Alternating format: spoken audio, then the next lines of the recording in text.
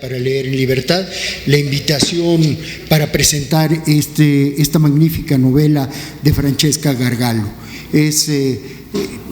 Ustedes van a ver en el curso de la presentación y seguramente si quedan enganchados por la maravillosa historia que les vamos a relatar, podrán adquirirla aquí al lado.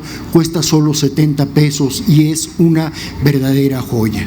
Le dejo la palabra a mi compañera Verónica Ortiz para que ella nos hable también de la autora de esta novela. Bueno, pues a mí me da enorme gusto estar aquí. A ver. Así ya tenemos dos micrófonos. Me da enorme gusto estar aquí con ustedes en la Alameda, en esta feria que cada año concita pues a muchísimos escritores, escritoras, libros, y a ustedes que de verdad pues están muy pendientes de lo que siempre está sucediendo aquí en esta feria. Mi nombre es Verónica Ortiz y también me da mucho gusto estar con Andrés Ruiz, a quien conozco hace más de 40 años, éramos unos bebés, claro, de pecho éramos, o sea, estábamos chiquitos, no es cierto, ya estábamos grandecitos. Y Andrés, yo le tengo una enorme admiración, un gran periodista mexicano que ha estado en varios periódicos importantes, el último fue La Jornada, y Paco Taibo le dijo: te vienes conmigo a este proyecto y para bien de todos nosotros, los que también estamos en el fondo, pues Andrés Ruiz está ahí en el área de comunicación y no para de chambear. Ahorita lo estábamos platicando. No sé si antes de empezar a presentar el libro, un poco cuéntame esto que decías hace un rato, o sea, esto de cómo yo siento que se ha consolidado de una manera impresionante el fondo a partir de la nueva administración, de Paco Taibo II, de toda la gente que Paco sumó, y hay libros tan extraordinarios como son todo lo que es la nueva colección popular que ya existía, pero ahora con precios sumamente accesibles, y sobre todo está los 60 libros que ya hay de Vientos del Pueblo, entre 8 pesos y 20 pesos. Pero tú me decías algo muy interesante, que te comentaba alguien del viejo fondo. Sí, me platicaba un compañero que trabajó en comunicación hace 2 administraciones en el fondo, y me decía: mira, si nosotros lográbamos que entrara una nota al mes a los periódicos, a los medios sobre el fondo, era verdaderamente un triunfo. Nosotros estamos llevando 10 o más notas diarias a los medios, y eso ¿a qué se debe? Se debe a que al bajar los precios de los libros, al participar en algo donde no iba el fondo, que son estas ferias de libro, que son populares, que es a la gente a la que nosotros nos interesa llegar. Nos interesa llegar porque por eso bajamos el precio de los libros, no porque la gente tenga la obligación de leer, sino por si quiere leer, tenga la posibilidad de hacerlo, emparejar un poco más el piso. Y además lanzamos otra colección popularísima que es Vientos del Pueblo, que es una colección que va de los 8 a los 20 pesos, y que ilustrado, y que ahora se está vendiendo además en los puestos de periódicos aquí del centro histórico.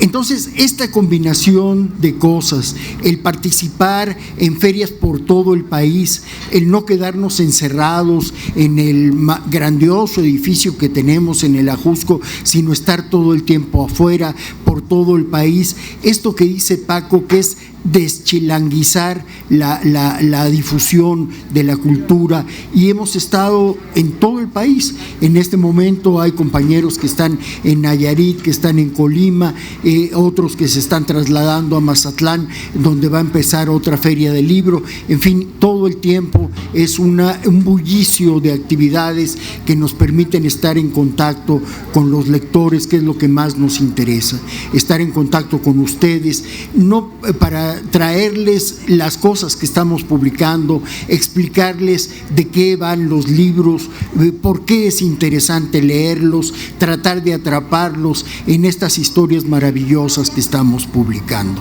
Eso sería. Bueno, pues yo a toda la gente, hombres, mujeres, niños, jóvenes, jóvenes, que están por ahí, que les gusta la historia, este es un libro de historia, una novela histórica que ha sido muy poco contada, porque no sé si, sobre todo últimamente, han salido libros que tienen que ver con Tenochtitlan, con áreas y momentos de esa conquista, entre comillas.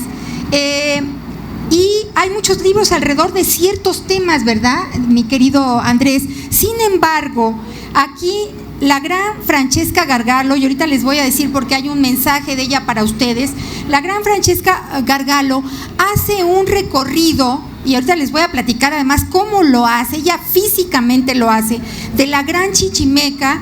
O sea, estamos hablando de una zona muy amplia, donde precisamente el capitán Miguel Caldera va a tratar de pacificar esa zona, que hay muchísimos distintos grupos indígenas con cosmovisiones totalmente distintas también, y en un lugar en donde hay minas de oro, minas de plata, y los españoles con toda su violencia, con toda la carga de necesidad de controlarlo todo, de volver a los indígenas cristianos, etcétera, etcétera.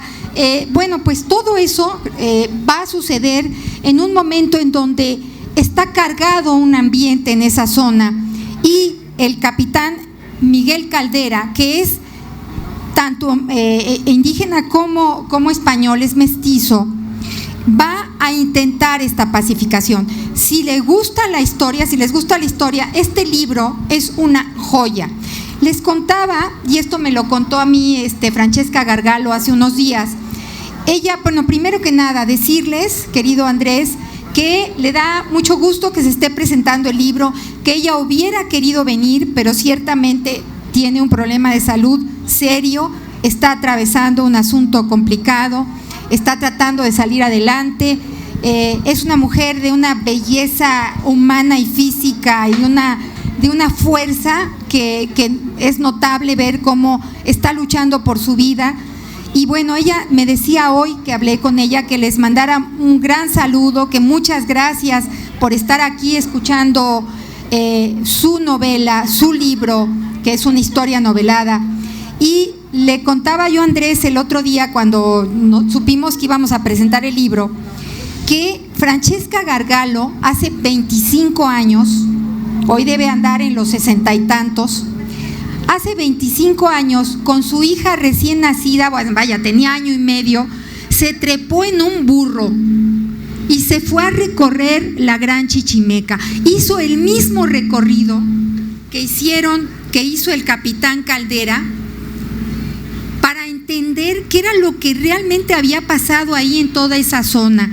Y en burro se fue, porque así lo hizo en parte el capitán Caldera. Hizo el recorrido y se fue parando en cada lugar. Desde luego que ya muchos de ellos no existen, ya no existían. Esto fue en 1500 y pico, o sea, en la época de la conquista. Entonces no estaba igual el lugar, y sin embargo Francesca fue anotando lo que veía, lo que le contaban, testimonios de aquí y de allá, para realmente lograr escribir este libro. Andrés. Pues sí, esto que nos dice Verónica es muy importante, y yo creo que es muy importante también dar el contexto de dónde se sitúa esta novela. Ustedes saben que la conquista española, el asalto de los españoles a los pueblos originarios fue realmente... Hubo grandes batallas, una de ellas se dio en Tenochtitlan, con pueblos guerreros como eran los mexicas, pero lo demás fueron más o menos, digamos, sencillo. Fueron avanzando con sus aliados indígenas y fueron avanzando, pero había una parte, esta parte que ellos denominaron la Nueva Galicia, que es el norte, centro del país, que es una zona árida, semiárida, que en principio no les interesaba porque no había asentamientos humanos. Los habitantes de esa zona eran fundamentalmente nómadas. Ellos consideraban que eran extraordinariamente salvajes, y lo que pasa es que eran también absolutamente indómitos. Para empezar, el nombre chichimeca es un nombre despectivo que le habían dado los pueblos mesoamericanos. Eso, chichimeca quiere decir como perros, y es que peleaban y según ellos vivían y atacaban como perros. Chichimeca es una zona, pero incluye muchísimos pueblos, muchísimas tribus. Incluso Jerónimo, el jefe apache, tenía mucha relación con los cascanes, y ustedes verán que incluso la forma en que vivían y en que convivían los pueblos mexicanos del norte de nuestro país con los pueblos que entonces no eran de Estados Unidos, los apaches, los indios pueblo de Nuevo México, eran muy similares. No les interesaba mucho a los españoles esta situación hasta que Tolosa, un español, descubre que donde están una tribu que se llaman los zacatecos, hay plata y oro, y entonces la cosa cambia. Entonces ellos intentan hacer el camino de tierra adentro, que le llamaban, y que se conoció mucho como la Ruta de la Plata, para ir a ubicarse en esos territorios y extraer las riquezas que había ahí. Al principio se dio una guerra en el Mixtón, que es la parte occidental de esta zona chichimeca, muy interesante porque los españoles iban muy confiados.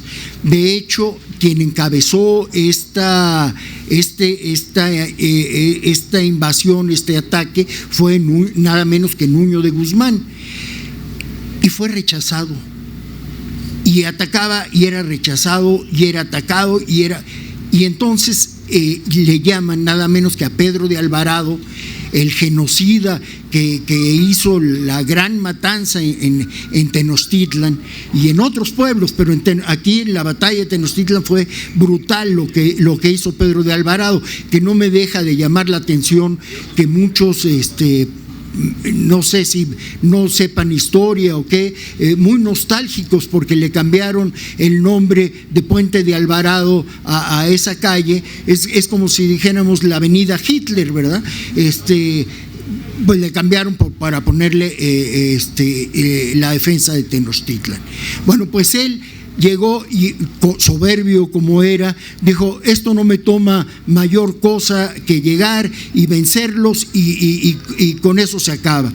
Pues resulta que hubo un ataque y hubo otro ataque, hubo 4 ataques y jamás pudieron reducir a los pueblos del arco chichimeca. Incluso ahí, a raíz de que fue herido en batalla Pedro de Alvarado, le cayó su caballo encima, se rompió las costillas y a raíz de esa herida, ahí fue donde murió Pedro de Alvarado. Este es el inicio. La guerra se llama la Guerra del Mixtón, es la primera, pero la segunda, que es la guerra chichimeca, la guerra del gran arco chichimeca, se da, y fíjense ustedes, es desde 1550 hasta 1600. Es decir, esto que pensaban que cuando más en un año iban a vencer a esos pueblos, pues no sucedió. ¿Y por qué no sucedió? Primero, porque ellos no estaban acostumbrados a enfrentarse a un pueblo nómada, a un pueblo de cazadores, a un pueblo que montaba sus caballos de una manera increíble, igual que como los apaches, o sea, que ellos iban desnudos. De hecho, ellos le llamaban a los españoles los vestidos, porque ellos iban desnudos y combatían desnudos. Pero además tenían una forma de pelear que es una forma que hemos conocido ahora mucho más ampliamente, que era la guerra de guerrillas. Es decir, ellos no se enfrentaban a los españoles cuerpo a cuerpo, no se enfrentaban bloques de ejército contra bloques de ejército. Llegaban en estos espacios áridos, semiáridos, donde hay pequeñas colinas, y detrás de las colinas aparecían estos indígenas que montaban a caballo. Evidentemente no llevaban armaduras ni cotas de malla, entonces la posibilidad de maniobrar a sus caballos era mucho más fácil, cargaban menos peso, podían moverse mejor. Pero además otra cosa, los españoles llevaban arcabuces, que son armas de retrocarga, armas de fuego de retrocarga. La cadencia de fuego de un arcabuz es mínima, entonces la repetición entre un disparo y otro disparo era realmente considerable, mientras ellos solo usaban arcos y flechas y disparaban desde sus caballos. Muchas veces atacaban llevando en la mano que sostenía su arco, ponían un manojo de flechas para ni siquiera gastar el tiempo en tomar la flecha de su carcaj para lanzarla. Entonces, en lo que un español hacía un disparo con el arcabuz, le caía una lluvia de flechas que además eran de una precisión increíble, y cuando ellos atacaban, ellos se montaban a sus caballos y desaparecían. Y así se llevaban todas las caravanas que iban de los españoles. Con esto se los llevaban, se llevaban a sus mujeres, se llevaban a los niños, se llevaban el ganado.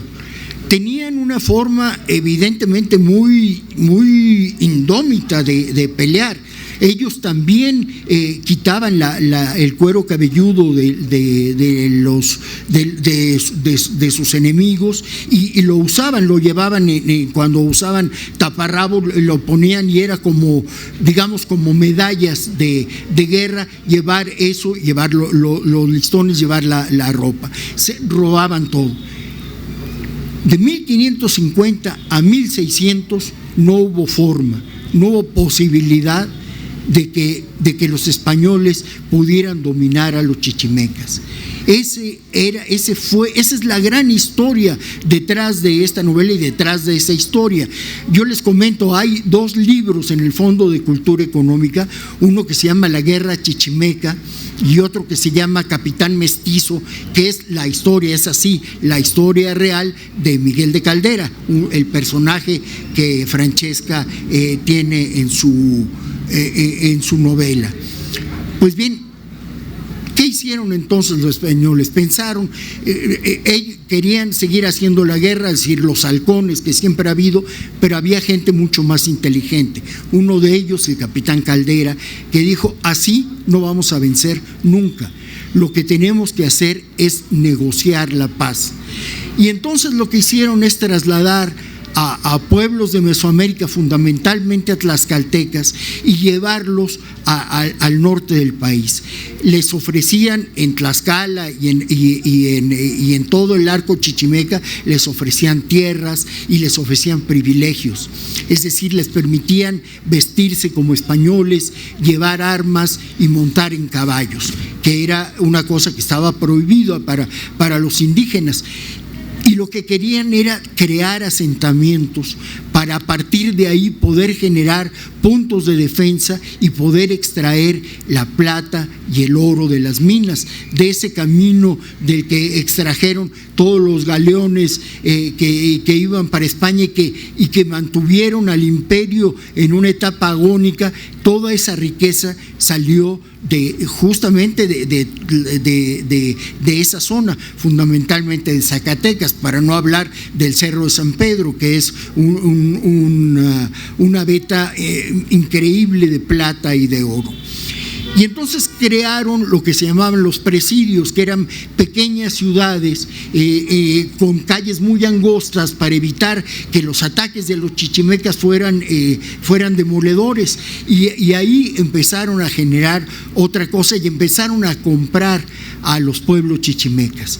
Miguel de Caldera les llevaba ganado, les llevaba ropa, les llevaba dinero, cosas con las que podían intercambiar mercancías, y así fue como empezaron pudieron entrar a hacer la minería en esa forma. Este es el contexto en el cual se da esta novela.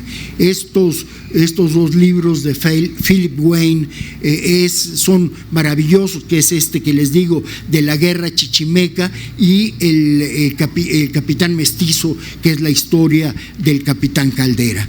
Pero le paso la palabra a Vero para que hable ya específicamente de la novela, y luego yo también tengo algunas aportaciones acerca de la novela y voy a intervenir. Muchas gracias, muy interesante todo lo que platicas, porque claro, la novela necesita esto que está haciendo, que lo hace Francesca a la hora de escribirla, contextualizar, o sea, qué es lo que está pasando para luego ella contar esta historia. ¿Cómo me enamoré del libro? O sea, yo me enamoré del libro porque empecé a leerlo y al principio me costó un poco de trabajo. Dije, a ver, ¿cómo está escrito? Está muy raro, ¿cómo le entra a Francesca al tema? Y no me lo explico. Quiero aclarar que Francesca llegó a los 24 años a México y nunca se fue, o sea, ella está aquí desde siempre y estudió filosofía y letras en la Universidad Nacional Autónoma de México y ha escrito cuento, novela, poesía, etcétera. Es una mujer prolífica en términos de la escritura y también su combate frente o contra más bien los autoritarismos y los machismos. Bueno, Francesca, decía yo, pero ¿por qué le entra así a la novela? ¿Por qué me está costando trabajo leer el segundo párrafo? Y de repente pasó algo como mágico a la hora de leerla, y por eso yo sí los quiero como emocionar y que compren el libro, que lo tengan, porque hay una belleza narrativa que lo va llevando de la mano. Francesca te va llevando de la mano a una historia que es fascinante, porque es una parte de la historia de México, sí, a veces novelada, evidentemente. Yo pienso que la historia de México muchísimas veces, sobre todo en esas épocas y anteriores, de alguna manera tiene que ser ficción. Hay parte en que es difícil que sea exactamente como sucedió, y sin embargo, aquí lo que sucede con la prosa, con la narrativa de Francesca, es que es de una belleza impresionante. Yo me voy a permitir leerles este pedazo antes de que me quede afónica.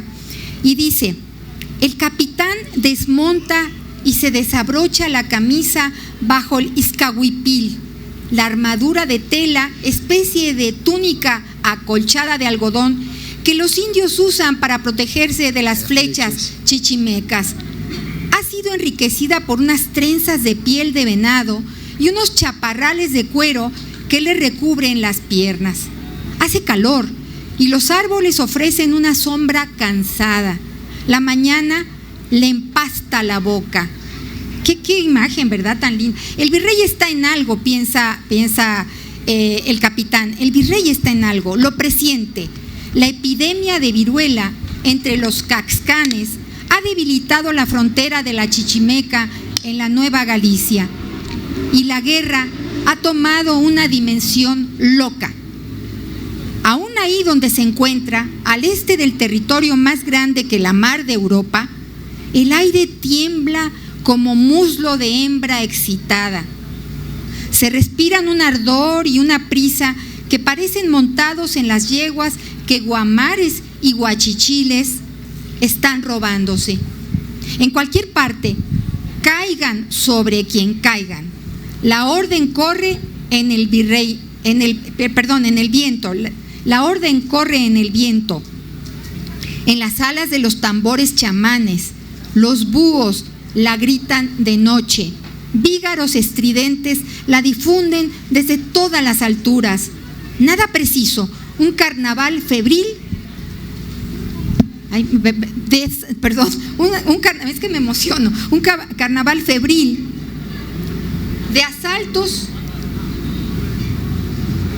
y retiradas, un carnaval febril de asaltos y retiradas, festines y alianzas en medio de la gran sequía.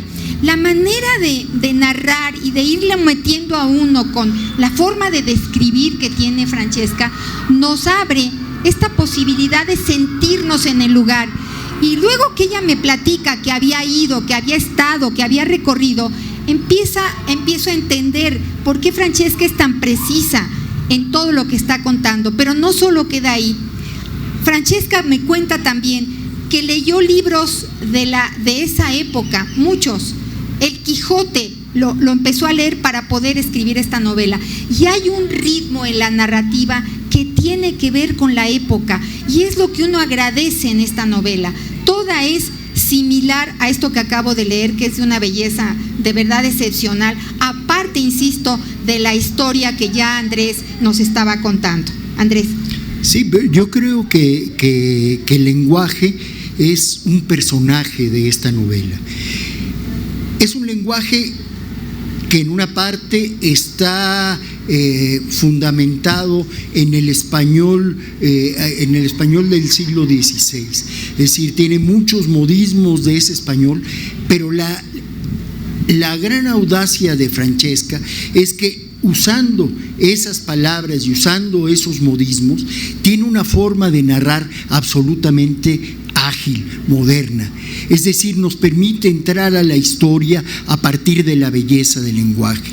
Es un lenguaje, además, muy emparentado con el ambiente en el que se está desarrollando. Es un ambiente seco, un ambiente semiárido. Son frases cortas, muy seguidas. A mí en muchos momentos me evocó la forma de narrar de Rulfo, ¿no? Esta forma de frases muy contenidas, muy pequeñas. Y un gran mérito, yo creo, de esta edición. Había habido una edición anterior en donde estaban entremezclados testimonios antropológicos actuales con la novela, y eso dificultaba la lectura de la novela y entorpecía esta narración tan brillante de Francesca. Aquí no es que desaparezcan, es que se fueron al final, y si lo leen ustedes van a ver qué importante y qué fuerte es la cultura de estos pueblos, que aún hoy día permanece muchas de las formas de concebir de esta cosmogonía de los pueblos chichimecas. Esa es una de las virtudes que yo encuentro de este libro. Otro es el desarrollo de sus personajes, el manejo, cómo pinta, cómo describe. Hay fundamentalmente 3 personajes centrales. Uno, desde luego, es el capitán Caldera, el capitán Miguel Caldera, este hombre que les platicaba que fue a pacificar la gran Chichimeca, el mestizo, un hombre sumamente apuesto, moreno, de ojos claros, y que llamaba mucho la atención. Otro personaje es una comerciante que en realidad existió, Constanza, y que era una mujer, y ahí entra la parte, la visión feminista de Francesca, entra en esta parte y en este personaje. Una mujer absolutamente adelantada a su tiempo, fuerte, capaz de prestarle dinero a los soldados, de manejar, era comerciante y transitaba por este arco en donde los combates contra los chichimecas eran constantes, y ella jamás se arredraba, jamás daba marcha atrás. Era una mujer muy echada para adelante, y hay un momento en que se encuentran el capitán Caldera y esta mujer, y ahí surge un chispazo. Es un chispazo de atracción, porque son 2 personajes absolutamente fuertes. Y el otro personaje, que ese personaje nos permite, a partir de la narración de Francesca, entrar a esta cosmogonía de los pueblos chichimecas, es la hermana del capitán Miguel Caldera, porque al igual que el capitán era una mestiza, pero ella era muy afín a su madre, es decir, era una gente más pegada a su pueblo, y era como una suerte de princesa, de chamana, que, bueno, no quiero decir, en fin, qué pasa con eso, pero se termina sacrificando, y es un personaje muy cercano al corazón del capitán Caldera. Y en este entramado, en estos personajes, con este lenguaje del semidesierto, pletórico de aforismos, porque hay, Vero leyó un párrafo, pero de repente es solo una frase. Ustedes leen una frase ahí y es un chispazo. Es deslumbrante la forma en la que nos está diciendo las cosas, y ahí ya te atrapó para seguir leyendo ese párrafo que después se adentra en este lenguaje del siglo XVI. Es una gran novela, no es una novela histórica, es decir, ahí hay diálogos, hay interpretaciones de qué pensaba el capitán, de qué pensaba, en fin, eso no es posible en la historia, pero sí es posible en la literatura. Pero los personajes que están en esta novela, esos sí son personajes históricos, y el contexto en el que está narrando, ese contexto es el que les platiqué al principio, esa guerra indómita de los pueblos chichimecas que se mantuvo, sobre todo de los huachichiles, de los guamares, de los pames, que eran de los más aguerridos de toda este arco chichimeca. Y ahí está también esta cosmogonía tan interesante, el peyote, los venados, la visión mística de este caminar como una suerte de reflexión continua de estos pueblos. El caminar es algo de los huirráricas, incluso actualmente son procesiones larguísimas, y ellos caminan y caminan y caminan y están acostumbrados a eso, y es una forma de reflexionar. De ahí viene mucha de su sabiduría. Ellos dicen, si se acaba el venado, se acaba la vida. Y es cierto, son pueblos muy apegados a estos animales, y además muy sabios en muchas de sus reflexiones. Les digo, esta influencia llega hasta el sur de lo que ahora es Estados Unidos, con los apaches. Les digo que Jerónimo tenía relación con los cascanes y los indios pueblo de lo que ahora es Nuevo México. Gracias, Andrés. Bueno, como yo voy al texto, que es el que estoy segura los enamora, aparte de la historia que está contando Andrés, van a ver a Constanza. Voy a leer un párrafo muy pequeño, y yo estoy segura de que ustedes se la van a poder imaginar, a la Constanza de la que ya habló Andrés, y que es parte de estos tres personajes fundamentales. Una mujer violentísima contra los indígenas. Arrancaba a los niños de las mujeres indígenas para venderlos. Era tremenda, era una mujer muy violenta, y eso agredía enormemente también al capitán Caldera, que yo pienso que en toda la historia él siempre está dividido entre su parte indígena, huachichil, esta parte que ya nos cuenta Andrés, que jalaba mucho la familia, la madre, que era la indígena, y esta parte española de cumplir con lo que él había. ¡Ay, acabo de darme cuenta que estás ahí! Que él cumplía totalmente lo que le había sido de alguna manera encomendado, y en lo que él creía que era la pacificación.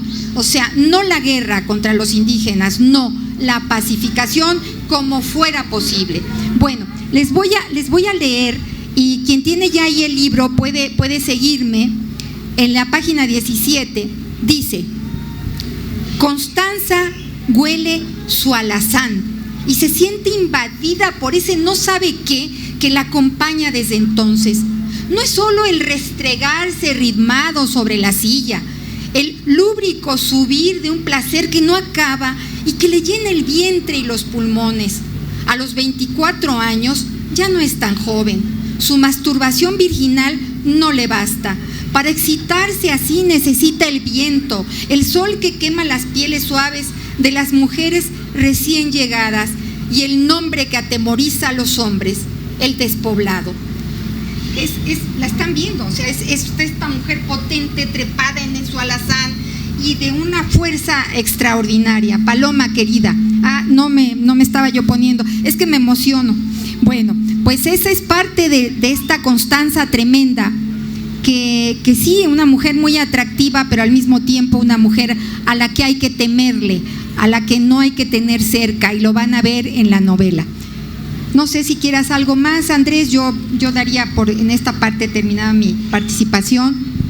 Pues no, como verán, es una novela construida desde muchos planos, muy interesante, muy bien escrita, muy bien narrada, con personajes brillantísimos y que además les va a dar una visión muy interesante de una parte poco conocida de la historia de México. Esta parte de la guerra chichimeca se conoce muy poco y creo que injustamente desconocida, porque a pesar de la bravura y de lo indómito de estos pueblos, evidentemente de la lucha salvaje que llevaban, esto de quitarle el cuero cabelludo a sus enemigos, atraparlos. Por ejemplo, decían, los españoles muchas veces se amarraban a sus monturas para poder disparar, para poder atacar y llevarlas de esta, y muchas veces iban muertos, atravesados por las flechas de los chichimecas, y eran amarrados como fantasmas. Entonces era como un ataque de fantasmas, y siempre salían adelante y atacaban y se retiraban, y no podían dominarlos porque no había un lugar a donde llegaran, no había un pueblo a donde ellos llegaran a atacar a sus enemigos, porque eran pueblos nómadas que vivían en toda esta región de la Gran Chichimeca. Esta es la novela La decisión del capitán, de Francesca Gargallo, realmente una novela que vale muchísimo la pena ser leída. Y muchas gracias por su atención. No sé si haya... Y solo cuesta 70 pesos, está en la colección popular. Estos libros que el fondo, que Paco Taibo II, que todo el equipo ha logrado poner a un precio muy accesible. Quiero decirles que esta novela hace 25 años, 24, 23, cuando Francesca la termina, inmediatamente se acabó. En Zacatecas se vendió todo y ya no salieron otros números, ya no se reeditó. Entonces es impresionante tenerla otra vez con nosotros, y no sé si te pasó a ti lo mismo, Andrés, pero yo la leo y no pierde vigencia. Es una novela que parece que la escribió Francesca Gargallo ayer, antier, que la acaba de terminar. No pierde vigencia. Eso hace de un libro alta literatura. Esto es literatura. Vale la pena que la lea y que la compre. De verdad se las recomiendo muchísimo. No sé si haya alguna pregunta, alguna duda. Sí. ¿Todavía vive Francesca? Sí, claro. Francesca está dando un combate contra un problema de salud muy serio, 2 problemas de salud. Primero tuvo que sacar adelante uno de los problemas y ahora está enfrentando el otro, que es cáncer, que es muy serio. Es una mujer muy joven, muy fuerte. Nosotros esperamos que salga adelante. La primera parte de su enfermedad ya logró superarla y ahora está enfrentando el otro problema. Es una mujer vital, es una mujer bellísima, es una mujer comprometida, fuerte. A mí me da, de verdad quería venir, le dije, ¿estás loca? ¿Cómo vas a venir? No, es que yo quiero estar, es la presentación, pero pues no, o sea, de verdad hay que cuidarla.